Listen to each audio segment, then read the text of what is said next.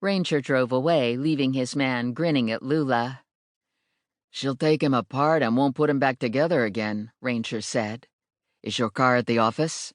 "No, Lula picked me up at home." "Babe," Ranger said.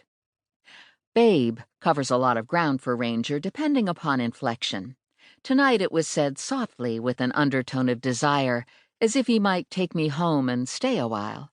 It gave me an instant rush, and heat curled through a bunch of internal organs. I did my best to squash the heat and ignore the rush, but in the process of ignoring the rush, I inadvertently gave up a sigh. "What?" Ranger asked. Morelli. Morelli and I have had an on-again, off-again relationship since I was 5 years old. Lately, when we're off again, Ranger swoops in. At first glance, it might appear that I'm lacking in moral character by bouncing around between men like this, but it's only 2 men.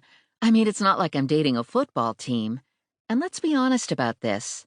These guys are both 12 on a scale of 1 to 10, and I might only be an 8 on a good day, so how lucky am I? A couple weeks ago, in a moment of euphoria, Morelli and I agreed to being engaged to be engaged.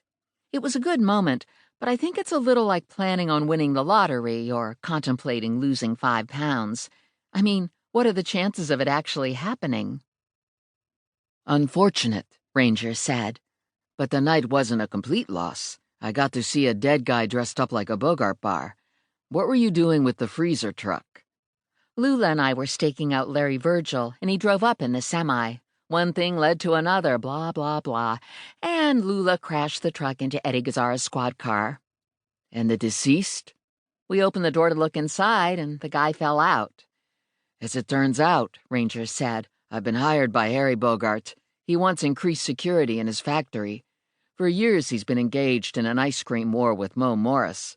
In the past, it's been confined to competitive pricing, ripping off recipes, ads that push the boundaries of slander, and occasionally a shouting match at a family function." They're related? "Cousins." And I guess they don't like each other. "Not even a little. Lately, bad things have been happening to Harry Bogart. Salmonella in the double chocolate. A bomb hoax that shut down production for an entire day. One of the freezers was down for the night, and literally a ton of ice cream melted. Bogart is sure it's Mo Morris out to ruin him, but he can't prove anything." So he's hired you? "His factory is old school. No security cameras, no instant alerts when equipment goes down. Locks that can be opened with a nail file. I guess he's never needed more. It's not like he's doing nuclear research." You're fixing all that? "Yes, but it takes time. It's a big job. He needs new wiring. He has to approve the system design. I'd like to give him a couple men on foot patrol until we get everything up and running, but he refuses.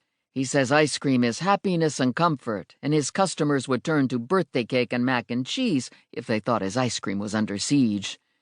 He sounds like a nice man. "He's ruthless and miserly. So far, I haven't seen evidence of nice." He makes good ice cream. Ranger nodded. "So I've been told." Do you think the dead guy could be Harry Bogart? "No, wrong body type. Bogart is a big man." Eats a lot of ice cream? "Eats a lot of everything." Ranger turned into my parking lot.